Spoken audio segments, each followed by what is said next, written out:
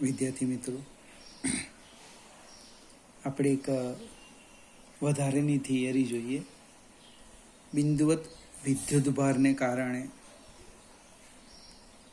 બિંદુવત વિદ્યુતભાર વડે ઉદ્ભવતું વિદ્યુત ક્ષેત્ર. આ આપણા કોર્સમાં નથી અને ચોપડીમાં એક સૂત્ર પણ આપ્યું છે, એટલે સમજવામાં કામ આવશે. યામ પદ્ધતિ લઈ લઈએ આપણે.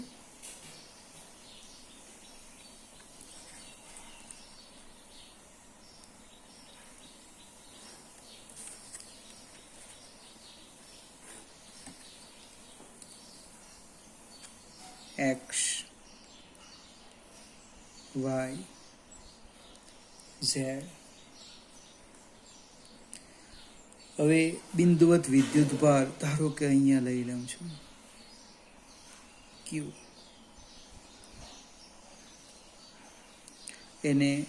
એનો સ્થાન સદિશ આપણે લખી દઈએ આર.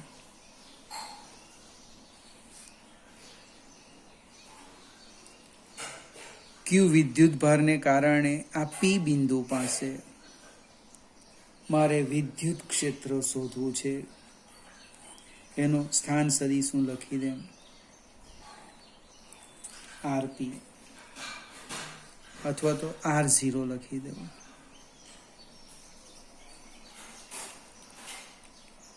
હવે પી બિંદુ પાસે મને પ્રશ્ન જોજો, સમજાવું, વર્ણન આ માત્ર સમજવાનું છે. ઓ થી સંદર્ભ બિંદુ અથવા ઉગમ બિંદુ ઓ થી આ સ્થાન સદિશે બિંદુવત વિદ્યુતભાર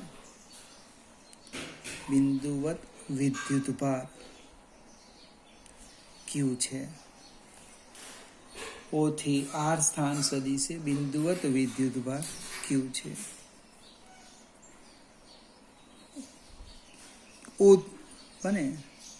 ઓ થી R0 સ્થાન સદિશે પી બિંદુ પાસે વિદ્યુત ક્ષેત્ર શોધવું છે. આ આપણો પ્રશ્ન છે.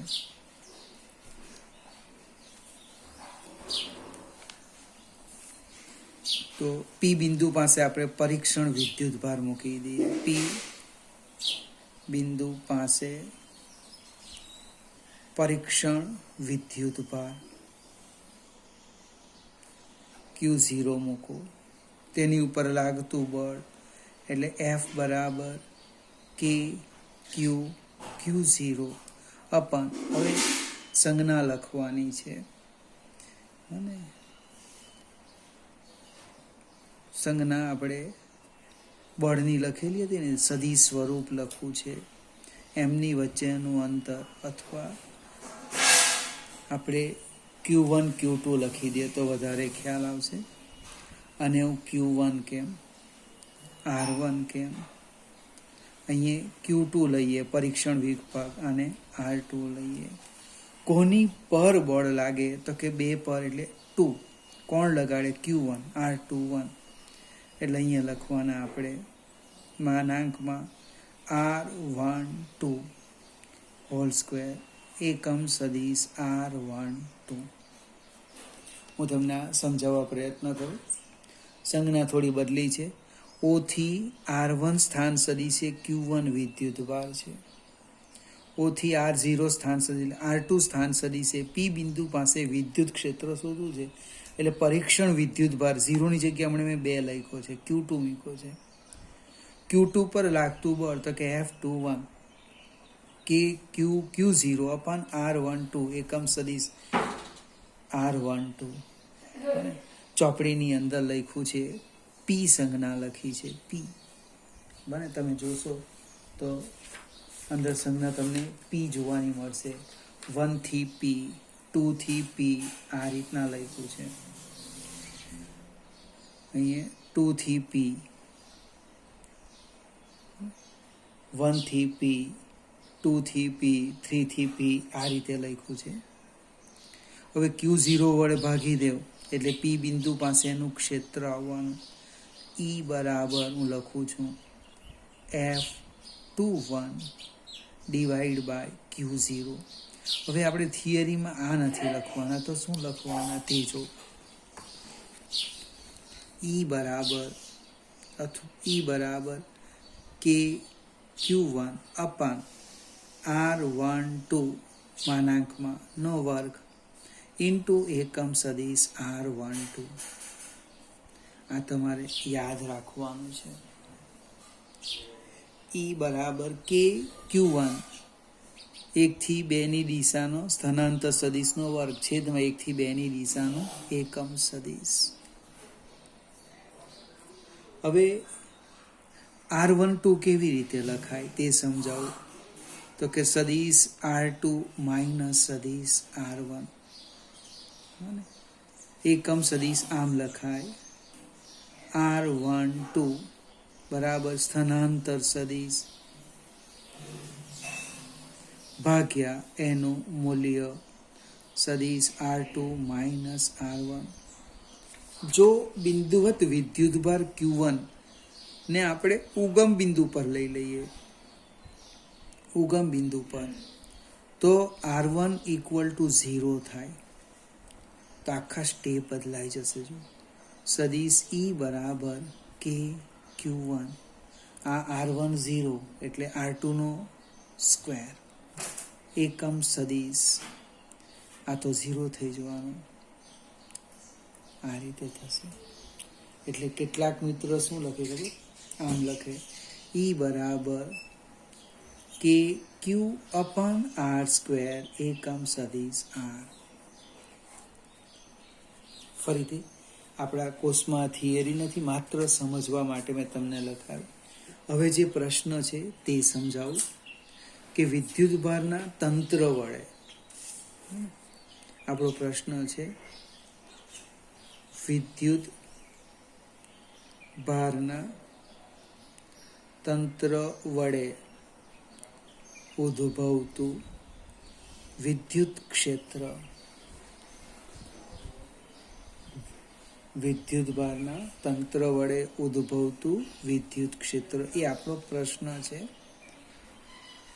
હવે આકૃતિ જોઈએ આપણે. ફરીથી યામ પદ્ધતિ લઈ લઈએ. આપણે માત્ર 3 કે 4 વિદ્યુતભાર લઈશું.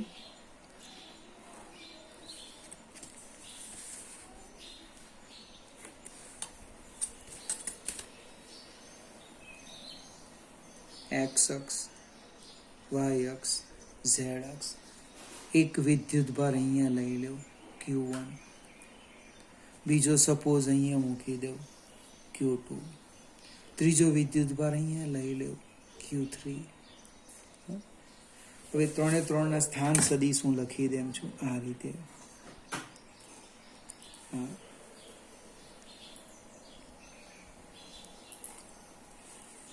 આકૃતિ હંમેશા પેન્સિલથી દોરવાની.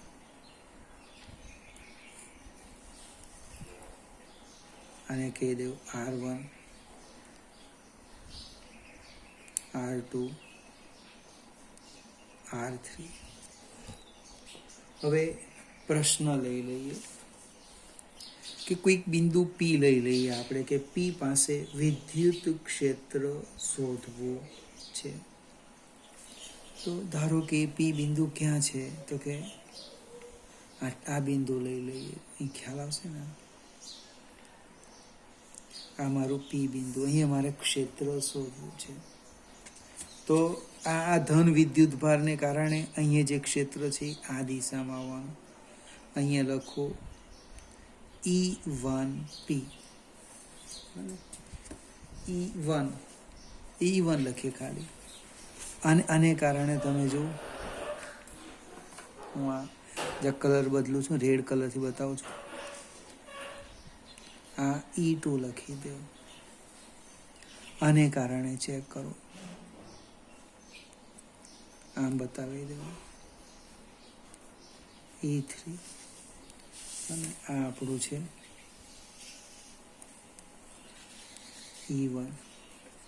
E1. E2 E3 જેટલા વિદ્યુતભાર હશે એ બધાને આપણે આ રીતે બતાવી દઈએ. હવે E1 લખો. E1 જસ્ટ હમણાં જ આપણે લખ્યું. E1 સદિશ E1 કે Q1 અપાન R1P માનાંકમાં સદિશનો વર્ગ એકમ સદિશ R1P. એ જ પ્રમાણે E2 લખો. E2 Q2 વડે P પાસે ક્ષેત્ર, તો એ આમ લખાશે E2 બરાબર કે Q2 અપાન માનાંકમાં સદિશ લખવાના R2P માનાંકનો વર્ગ એકમ સદિશ R2P. આ જ પ્રમાણે તમારે E3 લખો, E4 લખો અને પછી શું કરવાનું? બધાનો સરવાળો કરવાના. એટલે આમ થાય જો કુલ વિદ્યુત ક્ષેત્ર E બરાબર E1 plus E2 plus E3 plus જેટલા વિદ્યુતભાર હોય એ બધા જ વિદ્યુતભાર વડે સ્વતંત્ર ઉદ્ભવતા વિદ્યુત ક્ષેત્રના સદિશ સરવાળા બરાબર થાય છે. કિંમત મૂકો તો મૂકો કે Q1 અપાન R1P નો સ્ક્વેર એકમ સદિશ R1P પ્લસ કે Q2 અપાન R2P નો વર્ગ એકમ સદિશ R2P પ્લસ 1. ચોપડીમાં કે લખતા નથી. કેની જગ્યાએ શું લખવાનું મિત્રો યાદ છે ને? કેની જગ્યાએ શું લખવાનું? કે બરાબર 1/4πε0. પણ વારંવાર લખવું પડે એટલે આપણે શું લખી દઈએ? કે જ લખીએ. અને ટૂંકમાં પણ લખાય સિગ્મા. જો કે QI અપાન RIP માનાંક લઈ લેવું નો વર્ગ એકમ સદિશ RIP. ફરીથી મિત્રો I = 1 થી n જે હશે તે I = 1 થી n. આ એક માત્ર સમજવા માટેની થિયરી છે. તમારે જે યાદ રાખવાનું એ બસ આટલું જ યાદ રાખવાનું. E બરાબર KQ અપાન R². સૂત્ર એકમ સદિશ R. વિદ્યુત ક્ષેત્રની દિશા આપણે ગઈકાલે વાત કરી હતી. 1 કુલમ ધન વિદ્યુત ભાર પર લાગતા બળની દિશા. સહેજ આપણે આગળ જઈએ. આજે એક દાખલો ગણવાના છે. એ પહેલા વિદ્યુત ક્ષેત્રનો એક મુદ્દો સમજાવું કે વિદ્યુત ક્ષેત્ર પણ જો બળ હોય તો એ સમજાવવા પાછળનો હેતુ શું? વિદ્યુત ક્ષેત્ર પણ બળ હોય તો એની ચર્ચા કરવા પાછળનો ફાયદો શું તે સમજાવો. કે મારી પાસે આ એક તંત્ર છે, વિદ્યુત ભારનું તંત્ર. તંત્રમાં ખાલી જસ્ટ ઉદાહરણ લઈએ. એક વિદ્યુત ભાર અહીંયા છે, એક અહીંયા છે, અહીંયા છે, 10-15 વિદ્યુત ભારો છે. હવે આ બિંદુ પાસે કોઈ એક વિદ્યુત ભાર ધરો કે મૂકું Q1, એની ઉપર હું લાગતું બળ શોધવું હોય તો કુલમનો નિયમ લઈએ અને સંપાતપણાના સિદ્ધાંતનો ઉપયોગ કરીને બધા જ વિદ્યુત ભારો વડે લાગતા સ્વતંત્ર બળોનો મારે શું કરવો પડે? સરવાળો કરવો પડે. Q1 ની જગ્યાએ Q2 લખી દઈએ. ફરીથી આ જ બધા પદ લખવા પડે. Q2 ની જગ્યાએ Q3 લખી દે. ફરીથી આ જ પદ લખવા પડે. પણ ધારો કે આ બિંદુ પાસે હું એક વિદ્યુત ક્ષેત્ર શોધી કાઢું. અહીંયા વિદ્યુત ક્ષેત્ર E છે. હવે Q1 ની જગ્યાએ Q2 લખું તો જો F2 આમ લખાય, Q2E. Q2 ની જગ્યાએ Q3 લખું તો બળ તમે જો F3E. કહેવાનો અર્થ આ જે વિદ્યુત ક્ષેત્ર છે એ વિદ્યુત ક્ષેત્ર એ આ વિદ્યુત ભારતના તંત્રની વિશિષ્ટ રજૂઆત છે. તમે એક વખત વિદ્યુત ક્ષેત્ર શોધી કાઢો પછી એ શાના કારણે ઉદ્ભવે એ ચિંતા કરવાની જરૂર નથી.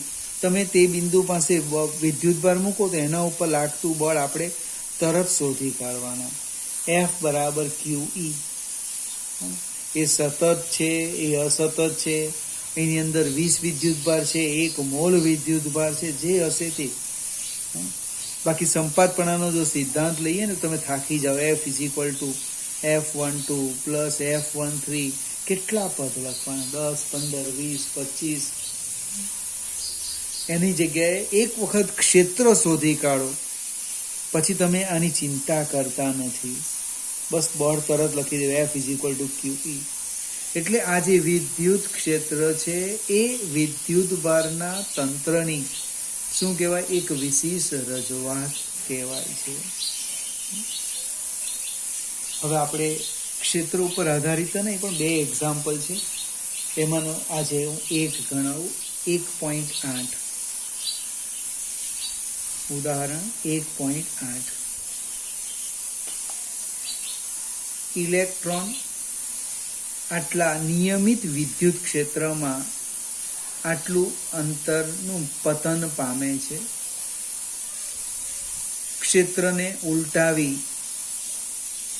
તેમાં એક પ્રોટોન તેટલા જ અંતરનું પતન પામે છે. દરેક કિસ્સામાં પતન માટે લાગતો સમય ગણો. ગુરુત્વની અસર હેઠળ મુક્ત પતન સાથેનો તફાવત જણાવો. હવે વારંવાર રકમ વાંચવાથી કંઈ ફાયદો નહીં થાય. આપણે સમજવા પ્રયત્ન કરીએ. આકૃતિ એ લોકોએ આપી છે, ન આપે તો આપણે જાતે દોરવાની. ફિગર જોજો, હું સમજાવું છું તમને.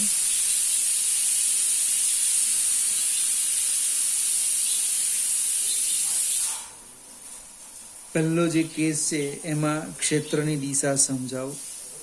ઉપર ઋણ છે, નીચે ધન છે. ક્ષેત્રની દિશા આવશે. પેલા ઇલેક્ટ્રોન શું કરે છે? મુક્ત પતન પામે છે.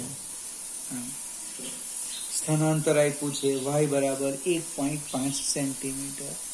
ક્ષેત્રને ઉલટાવો, મૂલ્ય તે જ રાખવાનું છે, માત્ર દિશા બદલવાના. એટલે ક્ષેત્ર આખું બદલાઈ જાય છે, અધો દિશામાં થઈ ગયું. અને અહીંયા ક્ષેત્ર ઉધ્વ દિશામાં હતું, અહીંયા અધો દિશામાં થઈ ગયું. પ્રોટોન મૂકી દેવું બને તો પ્રોટોન પણ મુક્ત પતન કરે છે. અહીંયા y લખ્યું છે 1.5 સેન્ટીમીટર એટલે 10⁻² મીટર. આટલું અંતર કાપવા માટે લાગતો સમય શોધવાનો છે. હવે હું તમને મારી રીતના સમજાવવા પ્રયત્ન કરું, પછી ચોપડી પર તમારે જવાનું. પહેલા કોમન ચર્ચા કરીએ. કોમન ચર્ચા. ક્ષેત્ર E આપ્યું છે 2×10⁴ ન્યૂટન પર કુલમ. મુક્ત પતન કરે છે એટલે એનો પ્રારંભિક વેગ છે 0. બળની વાત કરું તો બળ કેટલું લાગે? તો બળ F બરાબર QE. F બરાબર QE. ઇલેક્ટ્રોન અને પ્રોટોન બંનેનો વિદ્યુત ભાર સરખો છે. ન્યૂટનના ગતિનો બીજો નિયમ લેવો. F બરાબર ma. બંને સમીકરણને સરખાવી દેવું તો આમ થશે ma બરાબર QE. એટલે પ્રવેગ આવવાનો QE બાય m. હવે અહીંયા આપણને દળ આપ્યા નથી, તમે જોજો દળ જાતે લખવાનું. ઇલેક્ટ્રોનનું દળ યાદ રાખવાનું 9.1×10⁻³ કિલોગ્રામ. પ્રોટોનનું દળ 1.6 × 10⁻27 કિલોગ્રામ. હવે આ અહીંયા સુધી મેં કોમન લખ્યું, એફ બરાબર QE, એફ બરાબર MA, પ્રવેગ આવી ગયો. હવે ઇલેક્ટ્રોનનો પ્રવેગ અને પ્રોટોનનો પ્રવેગ શોધીએ આપણે. કેવી રીતે તે જો સામે લખવાનું. અહીં હેડિંગ લખી દઉં, ઇલેક્ટ્રોનનો પ્રવેગ. બાજુમાં લખી દઉં પ્રોટોનનો પ્રવેગ. ઇલેક્ટ્રોનનો પ્રવેગ એટલે AE, QE by ME. પ્રોટોનનો પ્રવેગ AP, QE by MP. કિંમત મૂકી દઈએ. 1.6 into 10⁻⁻19. વિદ્યુત ક્ષેત્ર છે 2×10⁴ અને ઇલેક્ટ્રોનનું દળ 9.1×10⁻31. હવે 1.6 × 2 એટલે 16 દુ 32, 3.2 થયા. ભાગ્યા કેટલા? 9.1 એટલે આવે છે 0.35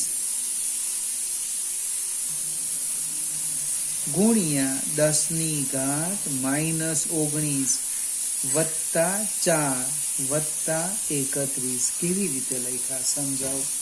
આધાર સરખા, ગુણાકાર ઘાતાંકનો સરવાળો, -19 વત્તા 4. આ 10⁻−31 છેદમાં છે, ઉપર જાય એટલે પ્લસ થાય, એટલે +31. 31 ને 4 કેટલા થવાના? 35. તેમાંથી કેટલા બાદ કરવાના? 19. એટલે 0.35 ગુણ્યા 10⁻16 મીટર પર સેકન્ડ સ્ક્વેર. આપણો ગુરુત્વ પ્રવેગ છે ને એ 10⁻1 છે. આ કેટલા છે? 10⁻16 આવે. સેમ પ્રોટોનનો પ્રવેગ જોઈએ. 1.6 into 10⁻⁻19 ગુણ્યા 2×10⁻4 છેદમાં 1.6 into 10⁻27. અહીંયા 1.6 લગભગ કેન્સલ થઈ જશે,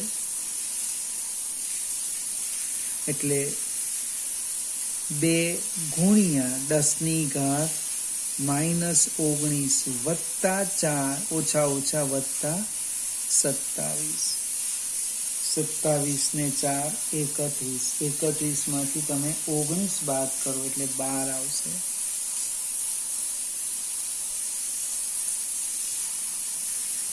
અહીંયા જે બંનેને પ્રવેગ પ્રાપ્ત થાય છે મુક્ત પતન દરમિયાન, જોજો મુક્ત પતન દરમિયાન જે પ્રવેગ મળે છે એ પ્રવેગ ગુરુત્વ પ્રવેગની સરખામણીમાં ખૂબ જ મોટો છે.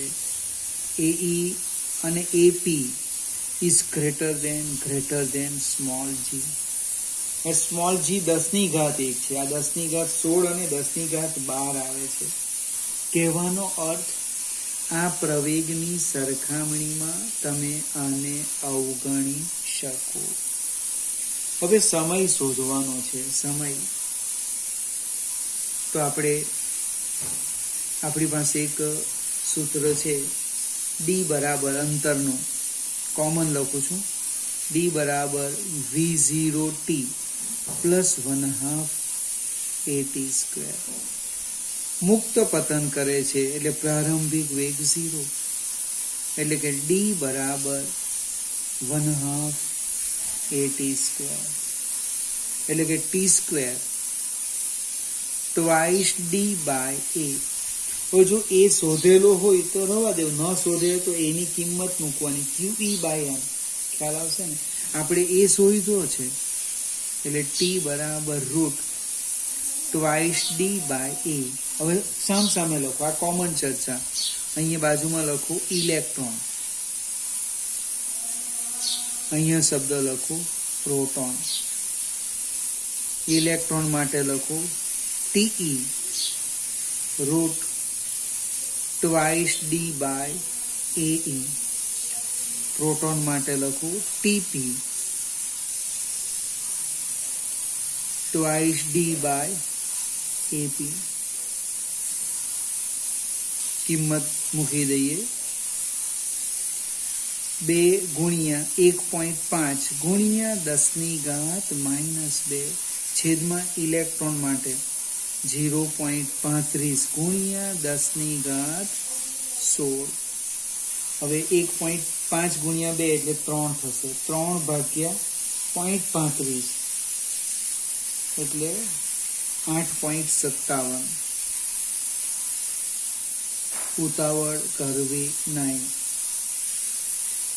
8.57 ગુણ્યા 10⁻, જો આધાર સરખા ભાગાકાર ઘાતાંકની બાદબાકી -2 -16 એટલે -18 આવે.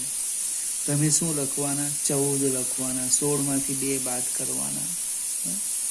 હવે જે 8.57 છે એનું વર્ગમૂળ લઈ લો. 8.57 એનું વર્ગમૂળ આવે 2.93 ગુણ્યા 10⁻, અહીંયા બેકી સંખ્યા છે 18 ગુણ્યા 1/2 લખવાના એટલે -9 સેકન્ડ. સેમ પ્રોટોન આપણે લખીએ છીએ.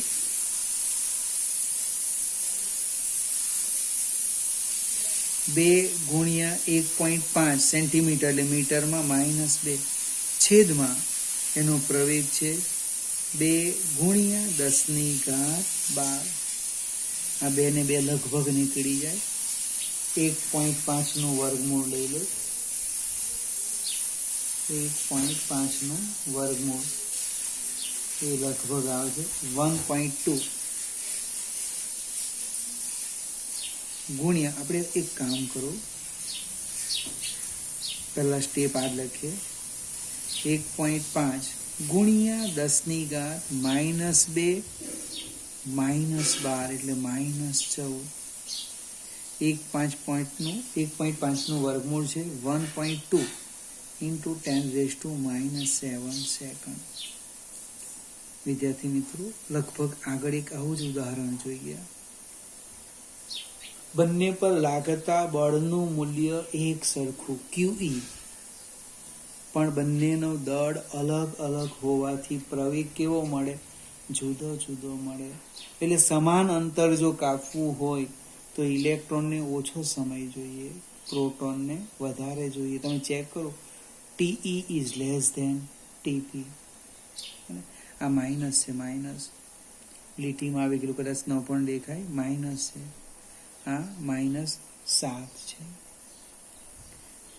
વિદ્યાર્થી મિત્રો, આ દાખલો જો આ વર્ષે ન પૂછાય તો એક સંભાવના તમને પૂછી શકાય, એટલે સમજીને તૈયાર કરવાનો.